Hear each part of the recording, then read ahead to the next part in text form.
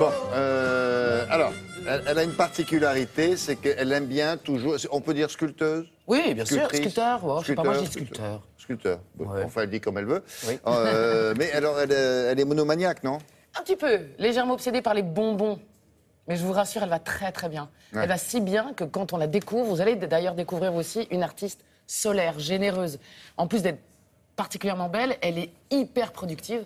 Elle est parfaitement autodidacte, vous la voyez là, elle est quand même très jolie, Laurence Junkel. Elle est parfaitement autodidacte, elle a tout appris toute seule. Depuis les années 80, 90, elle a commencé à produire ses bonbons en plexiglas. Ça a explosé au début des années 2000, si bien qu'elle est aujourd'hui dans les plus grandes collections privées et publiques. C'est absolument magnifique. Mais elle ne fait que des bonbons, on est bien d'accord. Eh bien non, elle a fait quelques infidélités à ses bonbons depuis quelques années et c'est magnifique. Elle fait des robots, William. Des robots? Géniaux, ouais. Et ce qui est assez fabuleux, c'est que c'est la féminité incarnée, qu'elle mène son atelier, son équipe avec un savoureux mélange de douceur et de fermeté, et que ses œuvres sont porteuses de tout ça. C'est-à-dire que c'est gourmand, c'est généreux, c'est ultra féminin, mais c'est aussi super puissant. Ah, oui, voilà, des robots comme ça, toujours en plexiglas. Elle a bien sûr, certains de ses bonbons ont été faits en bronze, en marbre, ils sont dans le monde entier. En ce moment, elle expose partout. Elle est à Milan, à Venise, à la Elle n'a Biennale. jamais été copiée, parce qu'après tout, quand on le regarde, on se dit, tiens, il y a quelqu'un qui va faire la même chose, là. Mais écoutez, non. Parce qu'elle a quand même c'est un matériau assez délicat à gérer, le plexiglas, et elle a inventé une machine qu'on ne pourra pas voir dans le sujet exactement pour cette raison-là, qui lui permet de créer la torsion qui lui est si particulière, et c'est porteur de plein de sens.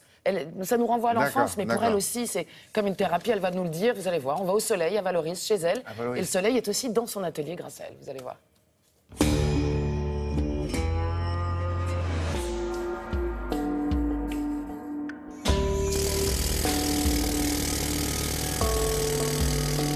Mon atelier avec mes bonbons, mes robots et surtout mon équipe. On travaille donc tous ensemble ici à Valoris.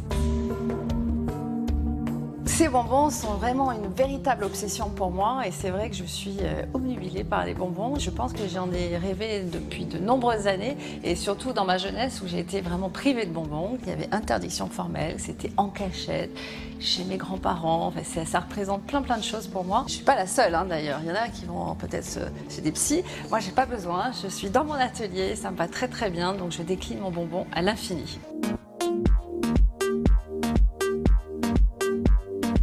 Mon matériau de prédilection, ce serait bien entendu le plexiglas. J'adore l'aluminium, j'adore le bronze et le marbre, bien sûr. Mais j'adore pouvoir travailler ce plexi, le faire fondre, puisqu'en fait, il devient malléable à la cuisson. Ça correspond vraiment à ce que j'aime travailler et que je gère en totalité. Voilà, c'est bon. Super, très bien. Malheureusement, le plexiglas, si on le rate, c'est fini, on ne peut pas le rattraper. Effectivement, il faut être précis et c'est un vrai travail d'équipe. C'est vrai qu'il faut être 2-3 pour pouvoir vraiment avoir le mouvement. Donc c'est jamais la même torsion, jamais le même drapé. Donc là d'ailleurs, elle est encore chaude. Voilà. Et on voit bien lisser l'emballage, on entend presque le bruit du papier.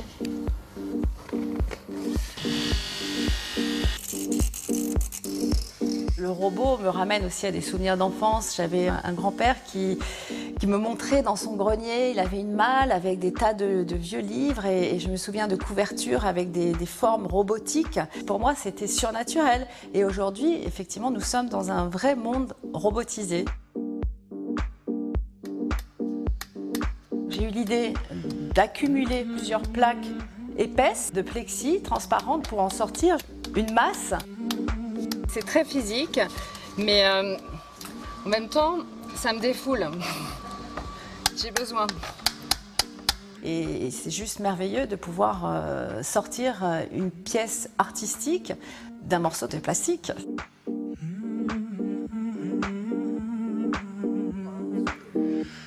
Ça, par contre, on n'avait jamais vu ça. Non. Le coup du bloc, là. Non, le coup du bloc, c'est tout nouveau. C'est sa nouvelle recherche. Elle ne cesse de faire des recherches sur la matière. C'est ce qui est passionnant avec elle. Là, c'est vraiment du plexiglas, mais elle a agglutiné compact, alors. Compact, en fait. Elle a créé elle-même un bloc comme elle, et qu'elle vient sculpter comme on sculpterait du marbre. Oui. Et c'est ce qui est en ce moment la Biennale de Venise. Elle est passionnante. Elle vous crée dans un plaisir, du coup, elle en donne autant. un bonbon, Ouais. il y a combien de tailles? Bah, la première, en général, c'est 80 cm. 80 cm. Et ça se vend combien, ça? Ah, ça a une belle valeur quand même, à peu près 10 000 euros.